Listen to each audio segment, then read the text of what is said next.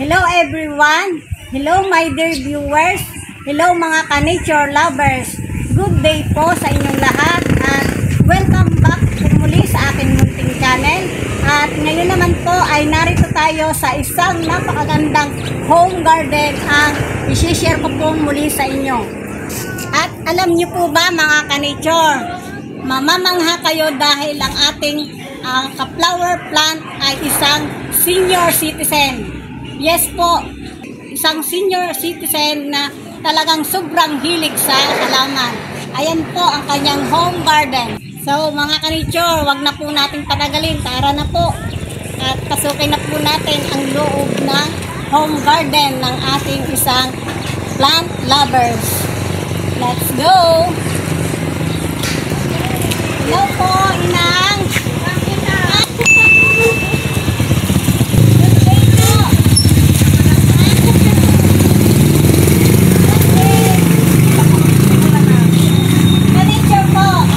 Wow, ang ganda. Mga senior citizen na. Ayan po mga ka-nature, isang senior citizen po ang ating plant lovers ngayon. 72 years old. Wow, 72 years old po mga ka-nature. Sa ganda po ng mga halaman niya ay talagang hindi po natin akalain na siya talaga ang nagpaganda ng kanyang home garden. So, Inang, kamusta po kayo?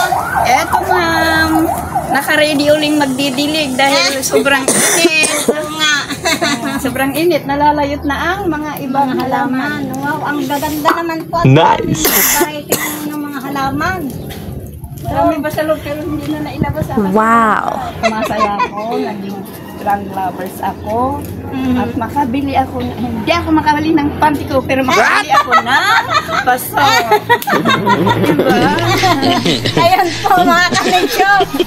Hindi po siya nakakabili ng kanyang underwear. Pero nakakabili po siya ng mga magagandang paso. Paso. Ayan. Ayan po. Ayan. Oh, wow. Pero puro instant na kasi ayan. Oh, wow.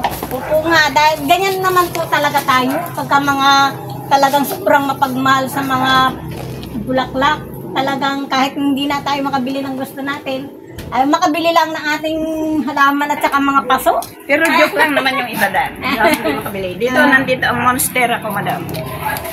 Sige. Okay po mga ka-nature. Inang, huwag na po natin patagalin. Isa-isahin na po natin ang inyong mga halaman. Okay. Sige po, let's go na tayo po. Let's go! So, ayan po mga ka-nature. Magsisimula po tayo sa labas ng kanyang tahanan. Ito po ang harap ng kanilang bahay. Ayan po. Ang ganda ng harap po ng kanilang bahay dahil may nakatanim po mga Indian tree. Wow, ang lalaki ano po. May ilang taon na po ito? Matanda na yan, kaya lang pinuputol. Pinuputol niya lang po kaya hindi nataasan, no? Ayan. Ito po ay located Barangay Kanaan, Victoria Oriental, Mindoro. Wow, ang ganda po. Oh. Nakita na yung mga sinampay ko. Ayos lang ho yun. Ayan. So, dito po tayo magsisimula sa may dulo. Abot po yan pala po doon sa Mabandaron.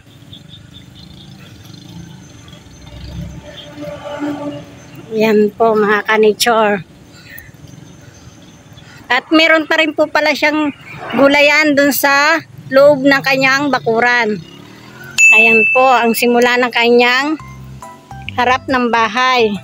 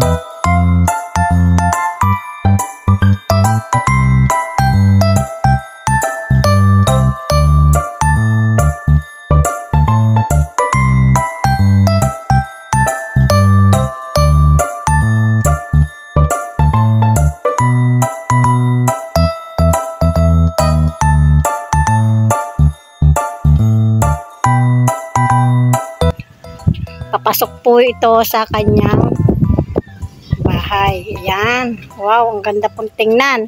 Pero bago po tayo pumasok, dito po muna tayo sa kabilang side. Ang kanya pong family ng palmera, yellow palm.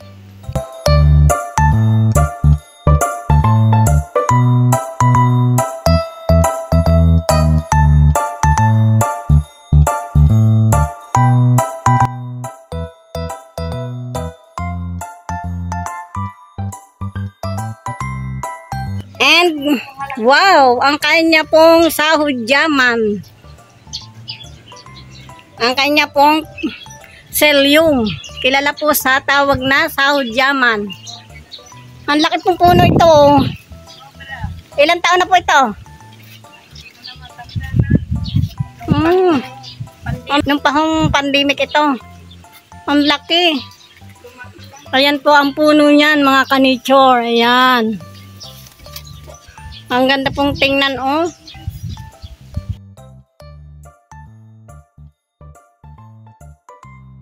So, ayan po mga ka-nature, balik na po tayo dito sa trangkahan ni Inang na napakagandang halaman.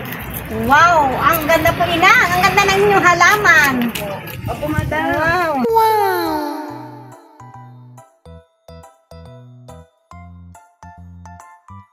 Ito po mga ka-nature, ayan po ang kanyang friends rubber tree at ang kanyang family ng snake plant.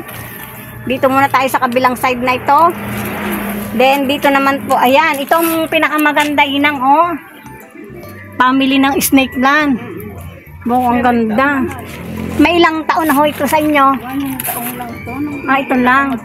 Pero maliit lang siya nung kinuha nyo. Ang galing ano.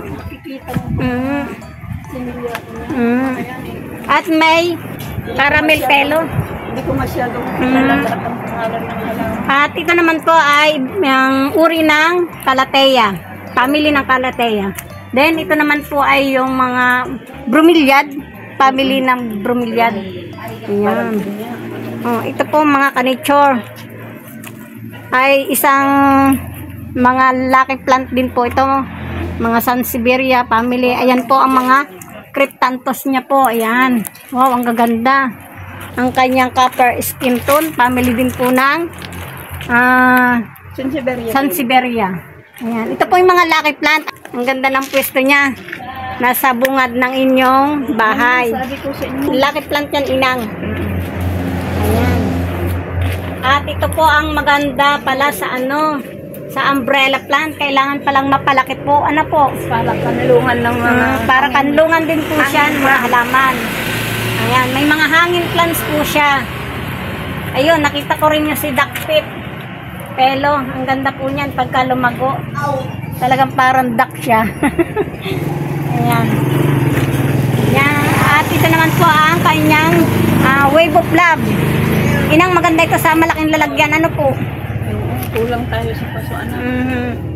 Ayan o dahil po ka-nature ay masyadong mainit ang panahon. Ayan, medyo naninilaw po sa init.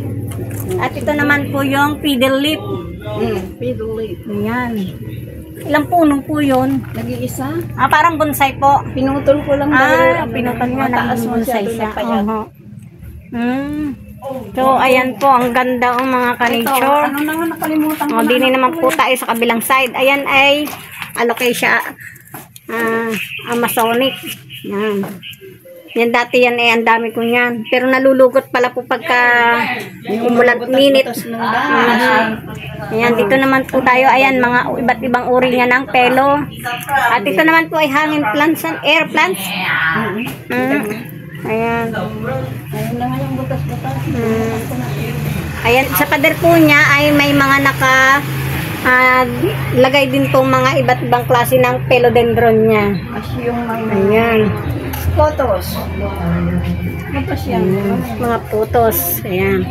At ayan po mga ka-nature. Pagpasok po sa kanyang pintuan ay talagang nakahilera ang mga lucky plant niya. Oh wow. Ito yung Wellpins. Wellpins? Oo, wellpins. Wow, ang ganda. Ito yung lucky plant. Yung maganda sa harap ng bahay talaga. Ayan po, mga ka-nature. Ito naman si Black Sissy. Ringo, alis dyan. So, balik po tayo dito sa kabilang side muna ng tangkahan. Ayan. So, ang ganda ng kanyang pat. Isang planggana po yan, ka-nature. Kung ano-ano Mga ng senior. plant lovers. Ito daw po ay plant lovers. Snake plant. Ayan. Ang gaganda. Inang ano ito ho? Orchids din yan. Nalimutan ko na. Kaya ano yan. Dendro. Naibenta ko yung dalawa. Maganda siguro ang bulaklak nito. Ano po? Malayo. Wow. Ang ganda naman po mga ka-nature ng pagkakadesign ng kanyang pot. Ayan, nakasimento po siya. Ko pa yan. Mga Kung shell. saan ako nakakapunta. Ay, mga collection nyo po. Para magkaroon ng design. Ano po? Kung saan ako pumunta. Ayan. Hindi ako uuwi ng tinapay, pero uuwi ako ng shell. At buhangin. Talagang Tawagan mo snake plant lovers kayo. Inang, anak. Yes. So, ayan po mga ka-nature. Wow. Ang dami po ng kanyang snake plant. Ito po ay sa kabilang side ng kanyang trangkahan.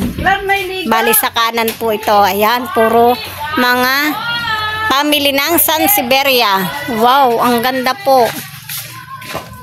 Talagang nakakatuwa naman si Inang. Hindi siya nakakabili ng tinapay na pasalubong. Pero nakakabili siya ng ng paso at saka mga pan-decoration sa kanyang mga halaman. Ayan. Wow. Tingnan mo nga naman, oh, kahit mga simpleng halaman, mailagay lang niya sa mga pot ay okay na. Kahit sabihin na karaniwan lang na halaman, pero pag nailagay naman sa magandang pot ay talagang napaka-social ng tingnan. Talagang tiyaga-tiyaga po si Inang sa paglalagay ng kanyang kahit sa grapon po ng mga Wilkins. Ayan po, oh. Yan ang kanyang dye pen. Wow, ang ganda po, oh. Ang kanyang yan, Belite ROF. Ayan ang kanyang Celium. At ang kanya pang isa pang Belite. Wow. Oh, ang laki na nito, Inang, oh. Ang ganda ng inyong pat, oh. Banga. Ayan, ang ganda. Ang kanyang Paraiso Verde. Ito kanyang warehouse ng kanyang mga halaman. Ayan, dito siya nag-aakat ng mga halaman para maparami po ni Inang ang kanyang fortune plant. At ang kagandahan po nito mga ka-nature, talagang may mga puno po siya na nakalilim talaga ang kanyang mga halaman. Naka-safety po siya sa sunlight. Ayan.